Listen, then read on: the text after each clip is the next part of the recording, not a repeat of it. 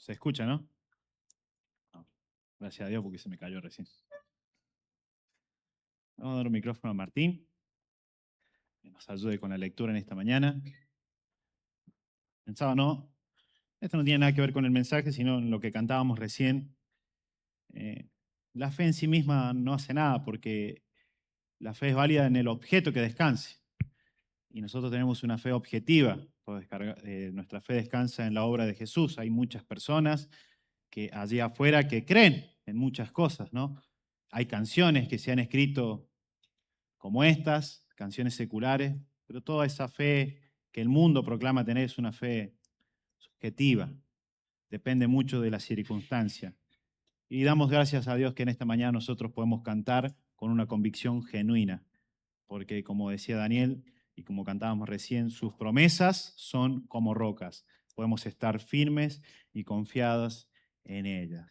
Pero bueno, vamos al tema central de esta mañana, que son el libro de los Salmos. Y en esta mañana toca el Salmo número 4. La semana pasada Gabriel nos compartía el Salmo número 3. Nos decía que este era considerado una oración. A ver, los que vinieron a la clase pasada, una oración de la mañana, una oración matutina. Por consiguiente, este salmo, que transcurre en el mismo periodo de tiempo, es considerado una oración nocturna, una oración vespertina o un cántico nocturno. Y es una enorme bendición poder estudiar el libro de los Salmos, porque cuando vamos excavando en las riquezas y en las profundidades, uno se da cuenta, y el Espíritu Santo también mismo nos ayuda y nos hace ver, en este caso, la vida de David, en el que está pasando por una situación difícil. Estoy más que seguro que aquí en este lugar hemos pasado situaciones difíciles o estamos pasando situaciones difíciles, y cada salmo encaja en cada aspecto o una esfera de nuestra vida. Y hoy toca el Salmo número 4 también, donde David sigue pasando persecución por medio de su hijo y del pueblo de la nación en la que él gobernaba. Le voy a pedir a Martín si puede leer el Salmo número 4, son los 8 versículos. Dice la palabra de Dios: respóndeme cuando clamo, oh Dios de mi justicia. Cuando estaba en angustia, tú me hiciste ensanchar. Ten misericordia de mí y oye mi oración. Hijos de los hombres, ¿hasta cuándo volveréis mi honra en infamia? ¿Amaréis la vanidad y buscaréis la mentira?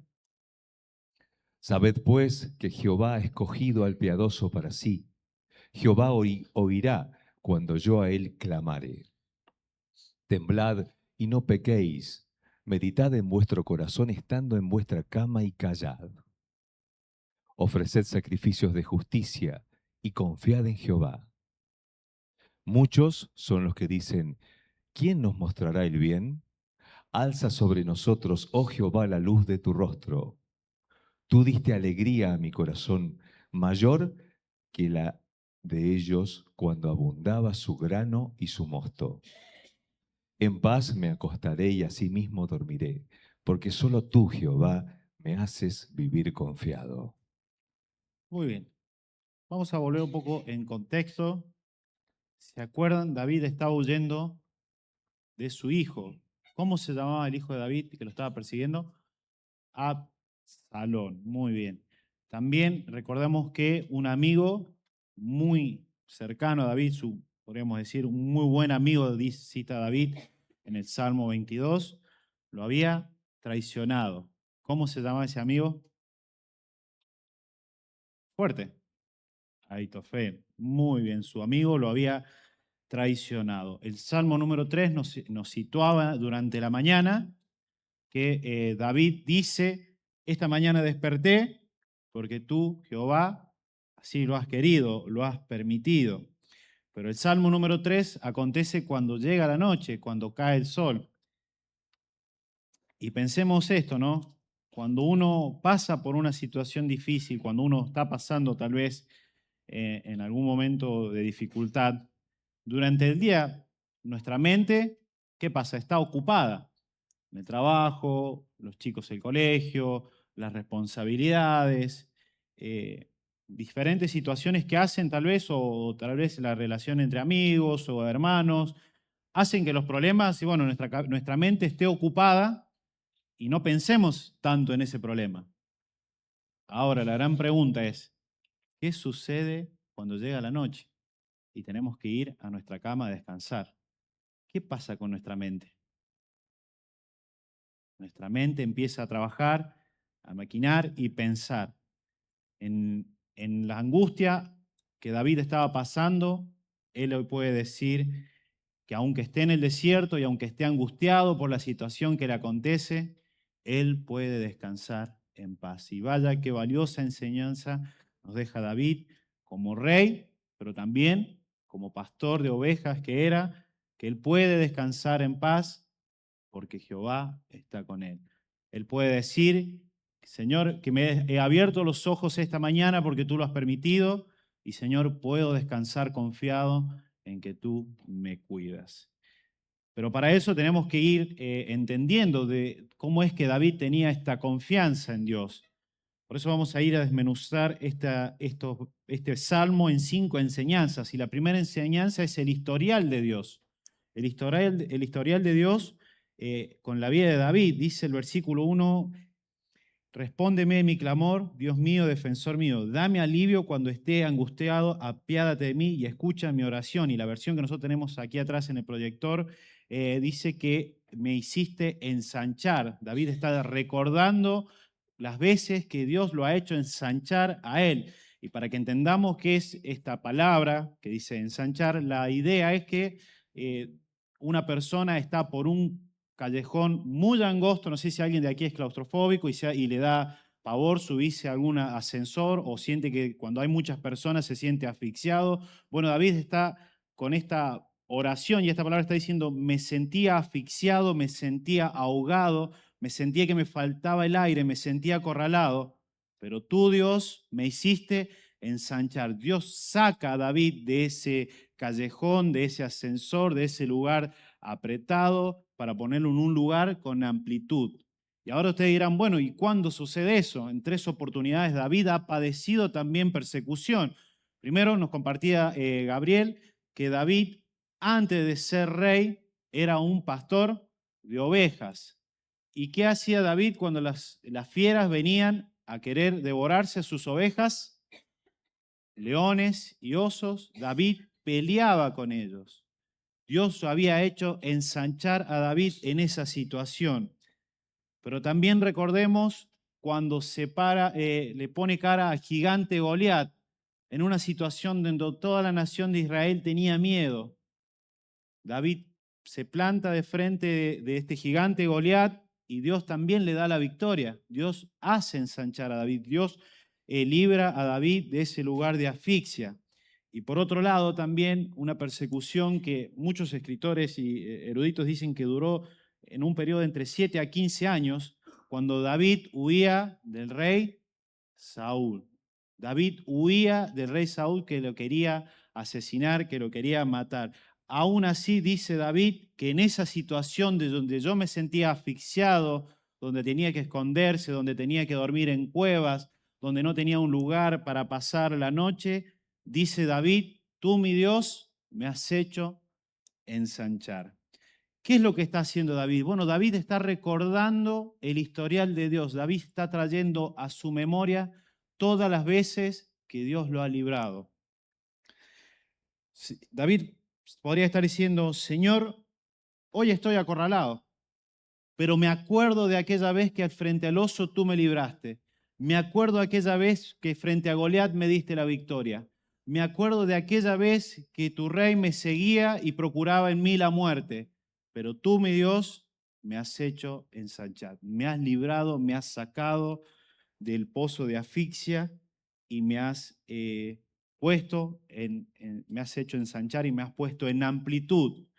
Cuando venga la noche oscura a tu vida, cuando no sepas cómo pagar tus deudas, cuando no sepas cómo responder a ese diagnóstico médico, cuando no sepas, cuando nuestros propios familiares, nuestros propios hijos nos den la espalda, recuerda el historial de Dios sobre tu vida. Recuerda las veces que Dios te ha librado. El Dios que te libró en el pasado no te va a abandonar en el futuro. Vaya cómo entendía David esto. Aquel Dios que lo había liberado en reiteradas oportunidades es aquel mismo el que iba a ser, iba a librar a David de esta situación. Decimos que cuando llegan las dificultades y las pruebas, y que trae preocupación en nuestro corazón y trae tal vez inquietud, no debemos olvidar el historial de Dios. Y yo estoy más que seguro que en esta mañana aquí hay varios y muchas personas, y me incluyo, que podemos recordar cuántas cosas maravillosas ha hecho Dios en nuestra vida. Primero que nada, nos ha salvado, nos ha dado una nueva identidad, nos ha hecho parte de su familia. Pero también Dios nos ha cuidado y nos ha librado de aún muchos peligros que este mundo tiene. El punto número 2, y aquí ya David se pone un poco más práctico, dice del versículo 2 y 3, podríamos poner a esta sección: no escuches las voces equivocadas. Dice David: ustedes, señores, ¿hasta cuándo cambiarán mi gloria? Versículo 2, en vergüenza. ¿Hasta cuándo armarán los ídolos vanos e irán en pos de lo ilusorio? Sepan que el Señor honra al que le es fiel y el Señor me escucha cuando lo llamo. Y aquí David está haciendo un giro. Primero recuerda las victorias de Dios en su vida, cuántas veces Dios lo libera, y luego también hace un llamado hacia aquellos que los persiguen. Recordemos, refresquemos un poco lo que Gabriel nos decía. Absalón se había parado en la puerta de Jerusalén. ¿Qué hacía Absalón? ¿Qué es lo que hacía con el pueblo? Le daba lo que el pueblo necesitaba. ¿Qué decía aparte, además, de su padre, David? Hablaba mal de su padre. No le interesa a mi papá lo que a vos te suceda. Mi papá es rey, pero él no le importa lo que pasa con tu vida, pero a mí sí. A mí sí me interesa. Contame a mí y yo te voy a ayudar. Te voy a escuchar. Pero cuando yo sea rey, yo voy a resolver tus problemas. Bueno, y esto es algo muy común que pasa en la actualidad y en la sociedad, que son las fake news, las falsas noticias. Lo que en situaciones importantes se esparce una falsa noticia e inclusive a veces llega hasta los medios públicos de televisión de noticias y se esparcen estas falsas noticias. Bueno, lo que Absalón estaba haciendo y su padre era un poco esto: repartir falsas noticias acerca de él. Por consecuencia, eh, tanto Absalón como el pueblo, enojados con David, procuraban matarle, porque Absalón había engañado al pueblo para que se rebelaran en contra de su rey. Y acá es algo muy práctico. Seguramente en alguna oportunidad han esparcido falsas noticias en tu trabajo, en tu escuela, en tu familia. Duele. Es la realidad. David está dolido porque el pueblo, la nación en la que él gobernaba, hoy lo estaba traicionando, hoy le estaba dando la espalda por seguir el consejo, el mal consejo de su hijo Absalón, por seguir estas falsas noticias. Pero vea usted, querido hermano, cómo es la reacción de este pastor, que ante las falsas noticias, ante lo que puedan decir él, aunque el mundo pueda decir de vos, aunque tus compañeros puedan decir mentiras acerca de vos, David está muy convencido de algo. David no se pone a responderle por redes sociales, si estuviera en la actualidad. David no manda a sus mensajeros a discutir. David no dice: le voy a comentar esto o le voy a hacer saber lo que yo pienso de esto. Él se aferra a algo muy importante. Él se aferra a su identidad. Él se aferra a su identidad. Ustedes pueden decir lo que quieran de mí, lo que ustedes quieran, pero yo sé quién soy. Y David dice: yo soy un apartado. Dios me eligió. Puede decir el mundo lo que quiera de vos. Tus compañeros, tu familia, en tu trabajo, lo que sea, pueden decir lo que quieran, pueden esparcir las falsas noticias que sean necesarias en contra de tu persona. Pero los hijos de Dios saben cuál es su identidad. Y esa identidad es que somos un apartado de Dios. Nuestra identidad, querido hermano, no está basada en lo que nuestros enemigos puedan decir de nosotros, ni siquiera de nuestros fracasos pasados, sino eh, nuestra identidad se basa en que si hemos creído en Jesucristo, si has recibido a Jesucristo como tu Salvador personal, hoy en esta mañana tú puedes decir que eres un apartado para Dios. Eres su hijo. Y cuando tienes clara tu identidad, las mentiras del mundo no te van a destruir. Pero para eso debes tener una convicción genuina de cuál es tu identidad. Gálatas 3, 25 al 27. Vamos a proyectar y Martín lo va a leer. Gálatas 3, 25, 26 y 27. Pero venida la fe, ya no estamos bajo ayo, pues todos sois hijos de Dios por la fe en Cristo Jesús. Porque todos los que habéis sido bautizados en Cristo, de Cristo estáis revestidos. Muy bien, aquí Pablo dice que todos los que han sido bautizados en el nombre de Cristo, todos los que han recibido a Cristo, ¿cuál es su situación y su condición actual?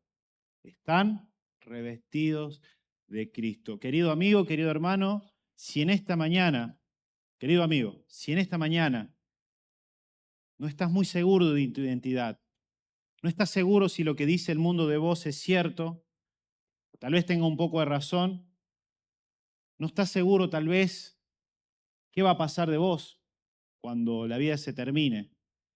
Mira, Dios te hace una invitación maravillosa.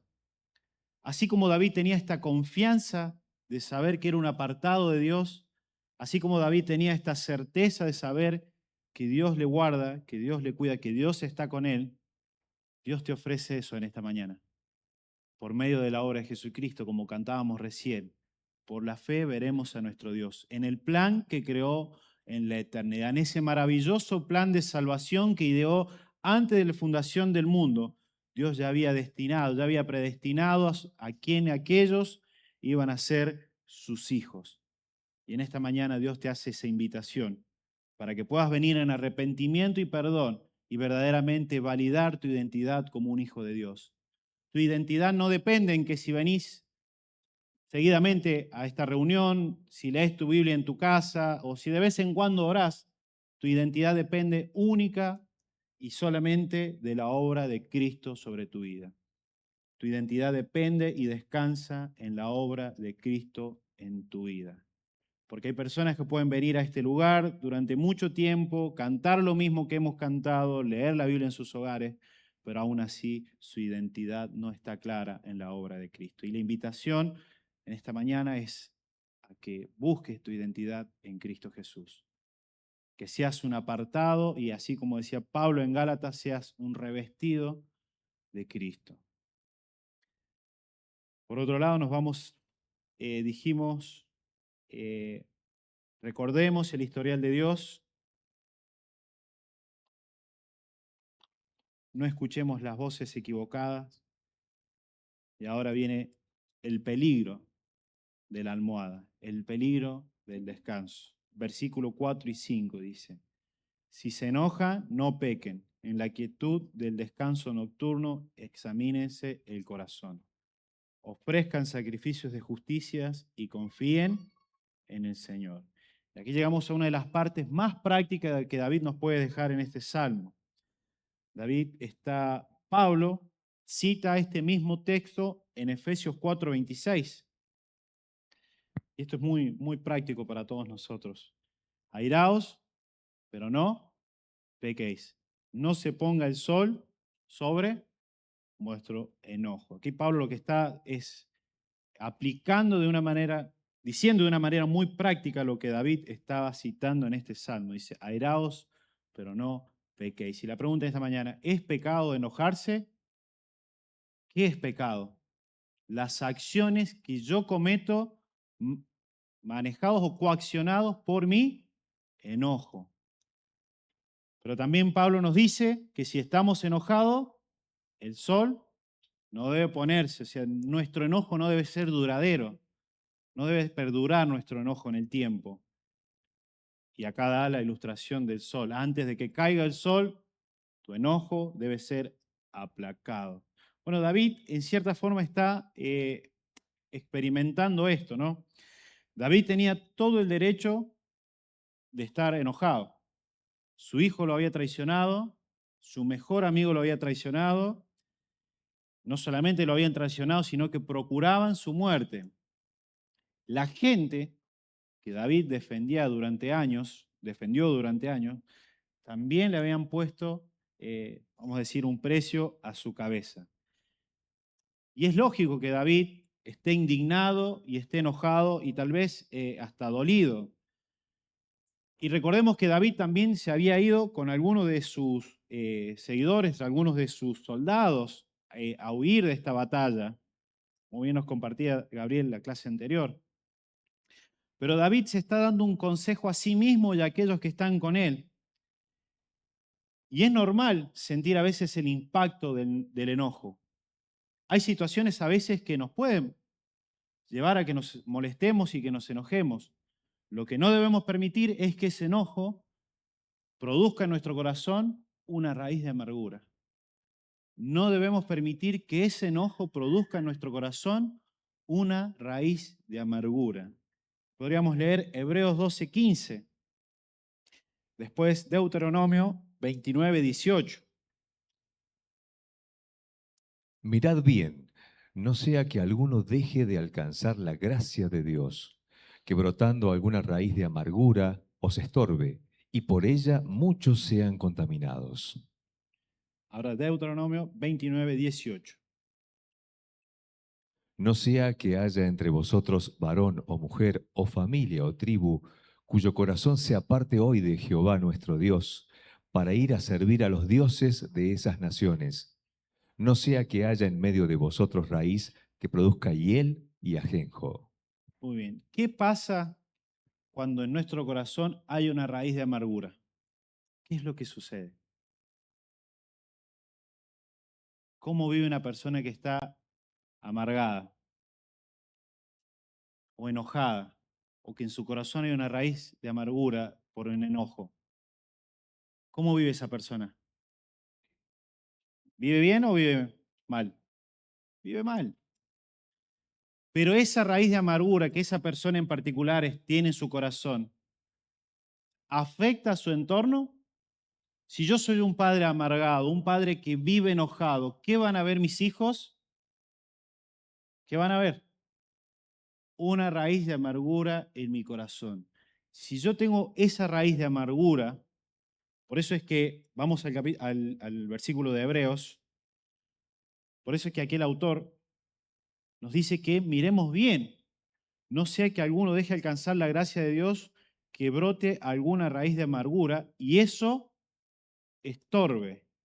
Y por ello muchos sean contaminados. Porque el pensamiento es fácil. Cuando uno tiene una raíz de amargura, ya sea por algún enojo, por alguna tristeza en su corazón, eso es algo que los demás van a percibir.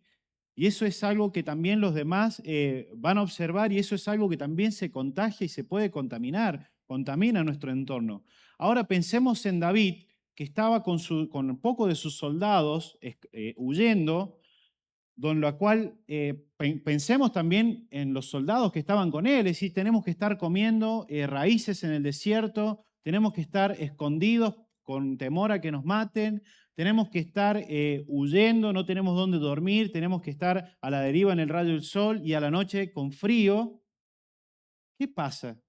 Podría haber generado una raíz de amargura, pero a David se aconseja a sí mismo y también aconseja a los que están con él que no dejen que eso en su corazón produzca esa raíz.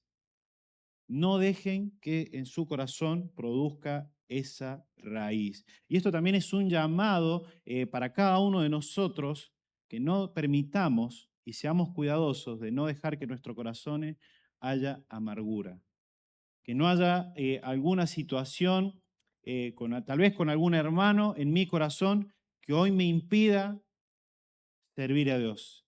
Que no haya una situación en mi corazón, tal vez con un prójimo, algún familiar, que no me impida disfrutar de una comunión plena con Dios. Tengamos cuidado con nuestro corazón.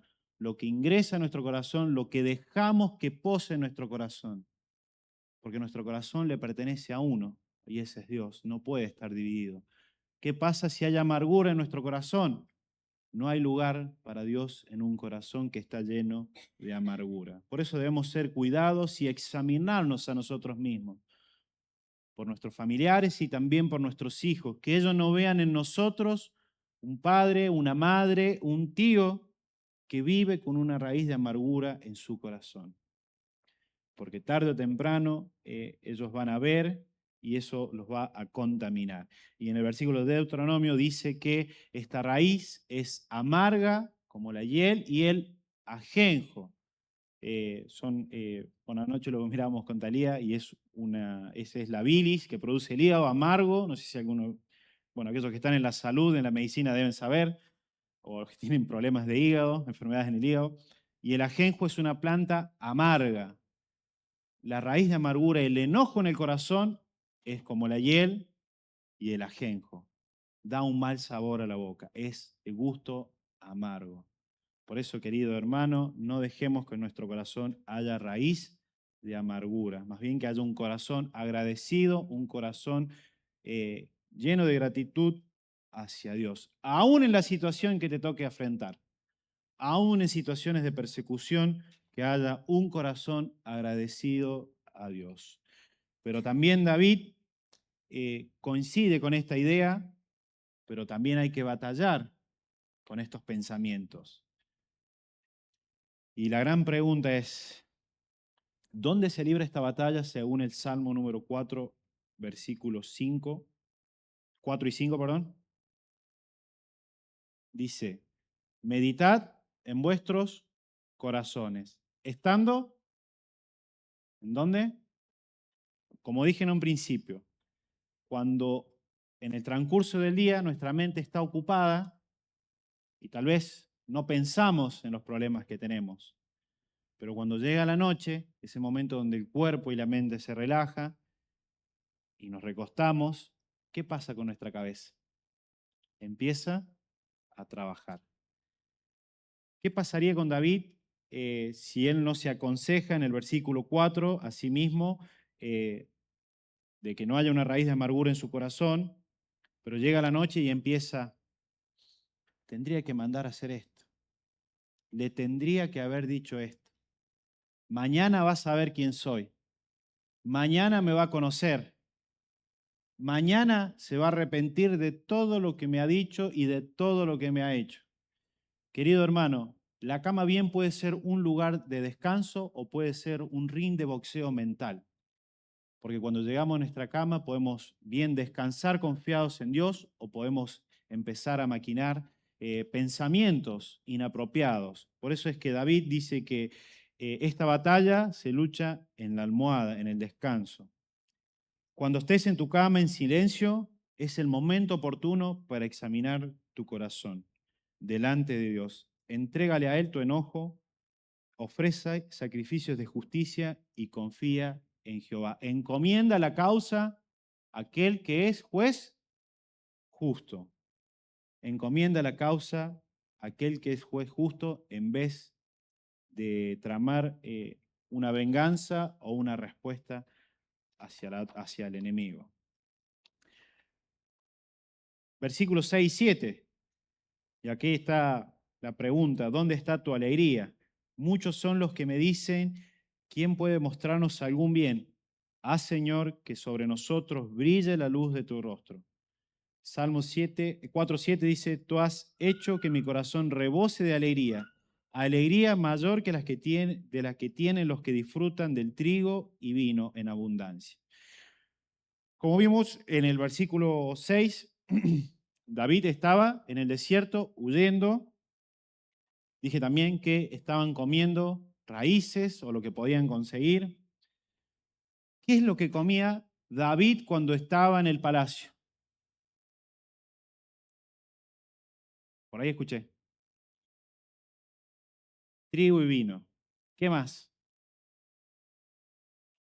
Las mejores comidas. ¿Dónde las comía David? En el palacio. Era el rey. ¿Y qué pasa cuando nosotros nos va bien en la vida y hay abundancia? Nos está yendo bien, nos gozamos, disfrutamos, nos alegramos y es lícito y está bien. Sí, Gabriel nos decía que nos gocemos. Está bien, dice David.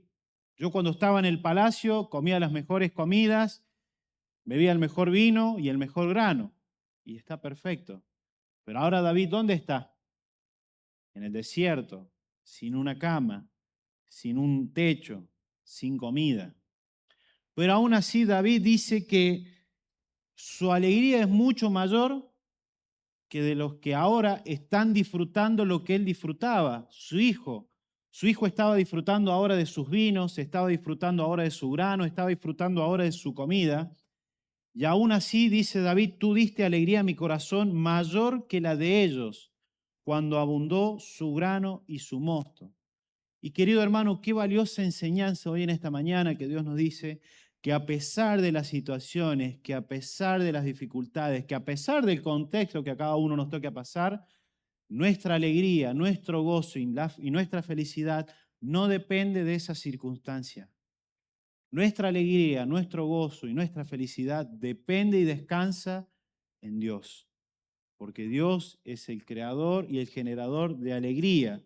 Apartados de Dios nunca vamos a poder conseguir alegría, por más que en este mundo nos vaya bien, por más que la cuenta bancaria, tu cuenta bancaria tenga muchos ceros, por más que la patente de tu auto sea la última, en este mundo esa felicidad que el mundo te ofrece es temporal. Y David entendía eso. Pero aún así él puede decir a las personas que estaban con él, mi alegría es mucho mayor aún aquellos que la están pasando bien, aquellos que tienen todo lo que yo tenía, aquellos que no les falta nada. Yo hoy puedo decir delante de ustedes y delante de Dios que mi alegría es mucho mayor porque Dios está conmigo. Y vaya, ¿no? Si en esta mañana podemos decir eso. Aunque falte el vino, aunque falte el mosto, aunque tal vez no esté pasando el mejor momento económico, aunque tal vez hoy no estoy pasando el mejor momento de mi salud, aunque tal vez estoy teniendo problemas con mis hijos, con la crianza, estoy teniendo problemas en el trabajo, bajaron las ventas, pero mi alegría aún está en Jehová, aquel que nos sacó, aquel que nos sacó y nos hizo ensanchar. Yo soy más feliz acá en el desierto con la luz de tu rostro que toda esa gente con su mesa llena, pero el corazón vacío. Querida iglesia, hay mucha gente allá afuera que basa su alegría en esto que mencioné recién, en los bienes materiales, en el grano y en el mosto, en el saldo de su cuenta tal vez, en tener lo último y lo más novedosos o en las vacaciones perfectas. El mundo es feliz con eso. En también no tener problemas económicos. El mundo es feliz con eso. Pero el verdadero gozo, el que no depende de las circunstancias, el que no depende de este mundo, te lo da Cristo. Cuando tienes a Cristo, puedes estar en un desierto. Y yo no sé si hoy estás transitando un desierto, huyendo de los problemas, pero aún así, querido hermano, podés estar huyendo de los problemas en un desierto, pero si tenés a Cristo, puede haber una sonrisa enorme en tu alma. Y eso es algo que el mundo no puede entender. Eso es algo que el mundo no lo puede entender. Cómo esta persona con enfermedades, con dificultades, con problemas familiares, puede estar transitando ese desierto con una sonrisa en el alma. Y eso es algo maravilloso que solamente produce Dios. Por eso, querido hermano, examina tu corazón. ¿Dónde está tu alegría? Examina tu corazón. Una situación muy similar le pasó a Jesús cuando estaba en la barca. Había una tormenta, había viento, había mucha tempestad. ¿Qué hacía Jesús en ese momento? Dormía. ¿No parece irónico, no? Mientras todo se derrumbaba, todo se caía a pedazos, Jesús dormía, porque Jesús sabía en quién él había confiado. Y hoy tal vez llegaste a este lugar sin poder dormir, tal vez llegaste a este lugar, tuviste toda la noche dando vuelta y pensando y pensando y pensando, consumido por la ansiedad, consumido por los conflictos familiares, por las preocupaciones, por el miedo al futuro. Hay personas que tienen mucho miedo al futuro, tienen miedo a la muerte, por las consecuencias de nuestras malas decisiones. Quizás hoy llegaste a este lugar roto, con muchas preocupaciones, pero hoy el Señor te invita, querido amigo, a entregar tu causa en sus manos. Te invita a examinar tu corazón y buscar tu alegría solo en Él. Y también nos enseña, como veíamos en una película ayer con Emanuel, a perdonar a aquellos que nos lastimaron, a perdonar a nuestros enemigos. Él nos invita a que rindamos nuestro control en su vida. Solo cuando descansamos verdaderamente en la obra de Jesucristo, quien es el que nos justificó y nos apartó para Dios, para sí mismo, podemos cerrar los ojos en el medio de la tempestad, en las peores crisis, decir, Señor, no sé qué va a pasar mañana. Nadie sabe aquí qué va a pasar mañana. Nadie sabe qué va a pasar de aquí a media hora. No sé cómo voy a solucionar este problema. No sé cuándo voy a volver a dormir bien. Pero en paz me acuesto.